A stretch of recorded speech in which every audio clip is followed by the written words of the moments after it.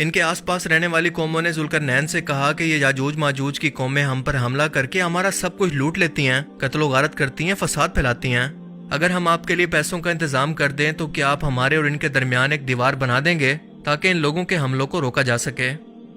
ذوالقرنین نے جواب دیا کہ اللہ نے مجھے بہت کچھ دیا ہے، بس مین پاور سے میری مدد کرو، یعنی اپنے لوگوں سے کہو کہ اس دیوار کو بنانے کے اندر میری مدد کریں۔ اور یوں ان دو پہاڑوں کے درمیان موجود راستے کو ذوالقرنین نے لوہے اور تانبے کو پگھلا کر ایک نہ ٹوٹنے والی دیوار بنا دی، اور یہ یاجوج ماجوج کے قبیلے اس دیوار کے پیچھے قید ہو کر رہ گئے۔ لیکن یہ دیوار ایک دن قیامت سے پہلے ٹوٹ جائے گی،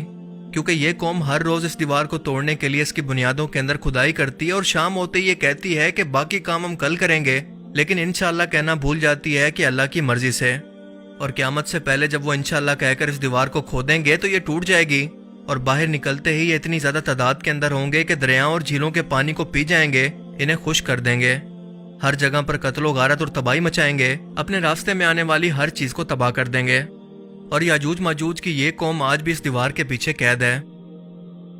بہت سے مشہور اسلامک اسکالر مثلاً ڈاکٹر اسرار احمد اور مولانا ابوالکلام آزاد کا یہ کہنا تھا کہ جس جگہ پر یاجوج ماجوج کی قوم کو قید کیا گیا تھا وہ دراصل آذربائیجان کے علاقے میں موجود دربند کا علاقہ ہے، جہاں پر ذوالقرنین نے قلعہ بنا کر اس کی دیواروں کو لوہے اور تانبے سے بنایا تاکہ یاجوج ماجوج کی قوم کے حملوں سے ان کے آس پاس کی قوموں کو بچایا جا سکے، جنہوں نے ذوالقرنین علیہ السلام سے یہ گزارش کی تھی کہ آپ ہمارے اور ان کے درمیان ایک لوہے کی دیوار کو بنا دیں جس کے نشان آج بھی اس جگہ پر موجود ہیں، اور اس قلعے کے نشان بھی۔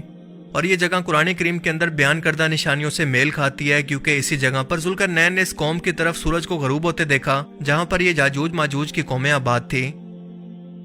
مگر بعد میں یاجوج ماجوج کی قوم کے اندر ایک بادشاہ خضر کے نام سے آیا جس نے یہودیت اختیار کر لی، اور اس کی قوم یاجوج ماجوج نے بھی۔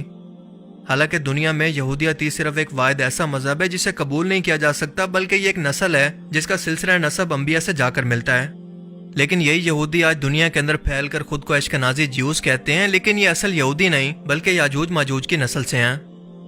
جس کا ایک ثبوت ان کی رنگت ہے، کیونکہ یہ ترکش نسل سے ہیں جو کہ سفید رنگت رکھتے ہیں، جبکہ اصل یہودیوں کا رنگ گندمی تھا جو کہ فلسطین میں آباد تھے۔ اس کے علاوہ رسول اللہ صلی اللہ علیہ وآلہ وسلم کی حدیث مبارکہ سے یہ ثابت ہے کہ ایک روز آپ نے فرمایا کہ یاجوج ماجوج کا فتنہ قریب آ گیا ہے، اور آج ان کی دیوار کے اندر اتنا بڑا سوراخ ہو گیا ہے۔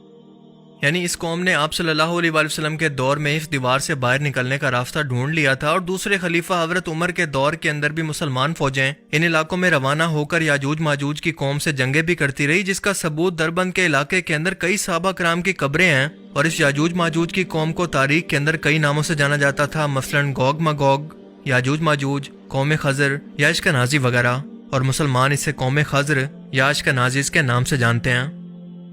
لیکن اب سوال پیدا ہوتا ہے کہ اگر یہی قوم خضر جو کہ آج خود کو یہودی کہتی ہے یا اشکنازی جیوز یاجوج ماجوج کی قوم ہے، تو پھر قیامت سے پہلے یہ کیسے پوری دنیا پر حملہ آور ہوں گے؟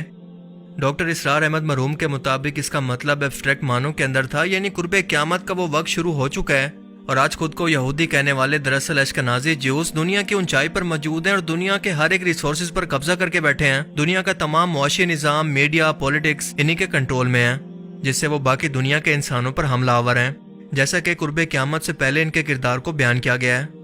اور یہ بحر تبریہ کا پانی بھی پی چکے ہیں جو کہ اسرائیل کے پاس موجود ہے، اور یہودی قوم کئی دہائیوں سے اس کا پانی استعمال کر رہی ہے، اور اسی لیے یہ جھیل اب آہستہ آہستہ خشک ہو چکی ہے، جو کہ ان کے نازل ہونے کی بہت بڑی نشانی ہے۔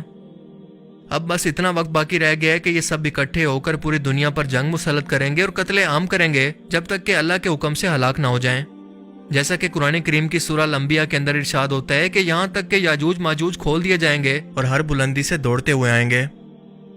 مگر مسلمانوں کا ایک طبقہ اس ریسرچ سے ایگری نہیں کرتا، کیونکہ یہ نظریہ بہت سے سوالوں کے جواب دینے سے قاصر ہے۔ مثال کے طور پر یاجوج ماجوج کی تعداد باقی انسانوں سے کئی ہزار گنا زیادہ ہوگی، جبکہ یہودی تعداد کے اندر دنیا کا 1% بھی نہیں ہے۔ اگر یاجوج ماجوج قید کے اندر ہیں تو ان کی آزادی کے لیے ہر روز ان کے دیوار کے اندر سوراخ کرنے کا کیا مطلب ہے؟ تیسرا، اگر وہ قلعے کی دیواریں ہی ذوالقرنین کی بنائی ہوئی تھی تو اس کے کھنڈرات اس وقت کہاں پر موجود ہیں؟ اور اس قلعے کی لوکیشن بھی دو پہاڑوں کے درمیان موجود راستے کو جسٹیفائی نہیں کرتی۔ اور اسی سے ملتے جلتے سوالوں کو ذہن میں رکھ کر مسلمانوں کی ایک ریسرچ ٹیم نے قرآن کے اندر موجود اس دور کے نقشے کو سامنے رکھتے ہوئے اس علاقے میں جانے اور کھوج کرنے کا فیصلہ کیا، اور کچھ ایسے حقائق کھوج نکالے جس نے دنیا کو حیرت میں ڈال دیا،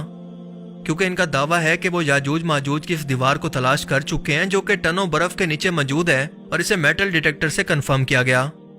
ان کے مطابق یہ آج کے دور کے کرگستان ملک کے اندر موجود ہے، جو کہ USSR کے ٹوٹنے سے پہلے رشیا کا حصہ تھا، اور اس کا زیادہ تر حصہ پہاڑوں اور میدانوں سے گھرا ہوا ہے، جہاں پر زیادہ آبادی بھی موجود نہیں، اور پہاڑی میدانی علاقے یہاں پر موجود ہیں۔ مصر اور سینٹرل ایشیا سے تعلق رکھنے والے کچھ مسلمانوں نے اس سفر کا ارادہ کیا، اور یہ 30 لوگ تھے۔ 1 سال 4 مہینے کے اندر جا کر یہ دشوار گزار سفر مکمل ہوا، اور تقریباً آدھے لوگ اس سفر کی مشکلات اور موسم کی شدت سے مارے گئے۔ لیکن جب آخر کار یہاں پر پہنچے تو ان لوگوں نے دیکھا کہ یہ 2 پہاڑوں کے درمیان موجود ایک راستہ تھا، جو کہ بالکل برف کی دیوار کی طرح دکھتا ہے، جسے خود انسانوں نے بنایا ہے۔ یہ قدرتی طور پر نہیں بنا، کیونکہ اس کے آس پاس موجود پتھر کے ٹکڑے یہ بتا رہے ہیں کہ ان پتھروں کو میٹل یعنی لوہے اور پیتل سے پگھلا کر بنایا گیا، اور اس دیوار پر برف کی موٹی تہ موجود ہے، جو کہ نہ جانے کتنے ہزار سالوں سے یہاں پر پڑی ہے اور بالکل فلیٹ دکھتی ہے۔ یہ فلیٹ برف کی دیوار قدرتی طور پر بننا ناممکن ہے، اور قدرت ایسے سٹرکچر نہیں بناتی۔ اور دوسری بات یہ کہ اس بیابان اور بنجر علاقے کے اندر کسی بھی شخص کو اتنی بڑی میٹل کی دیوار کے بنانے کا آخر کیا مقصد ہو سکتا ہے، جس کی کوئی تاریخ یہاں کے مقامی لوگوں کو بھی معلوم نہ ہو۔ اس نقشے میں آپ واضح طور پر 2 پہاڑوں کے ٹپس یعنی اونچائی کے درمیان میں ایک برف کی دیوار کو دیکھ سکتے ہیں، اور اسی دیوار کی وجہ سے یہ برف یہاں پر رکی ہوئی ہے، ورنہ اس کے آس پاس کے علاقے کی طرح یہ بھی خشک اور بنجر ہوتے۔ اس علاقے میں انسانوں کا کسی جانور کی سواری پر یا کسی گاڑی اور ایون کے پیدل بھی جانا ممکن نہیں۔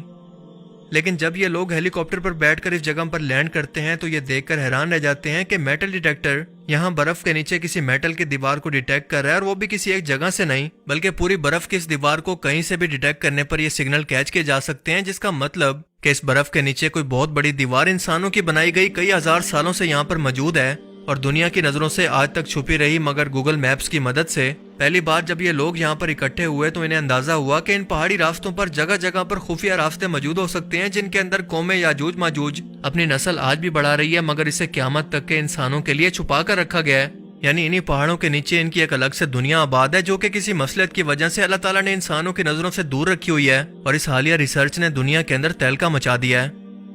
لیکن یقین سے یہ کہنا کہ یاجوج ماجوج سے متعلق کون سا نظریہ درست ہے یہ ممکن نہیں، کیونکہ اللہ کے رسول صلی اللہ علیہ وآلہ وسلم نے ہمیں واضح طور پر ان کی نشاندہی نہیں کی، کیونکہ یہ بتانا ضروری نہیں تھا، اور یہ اللہ کا فیصلہ ہے انسانوں کی آزمائش کے لیے جو کہ ہو کر رہے گا۔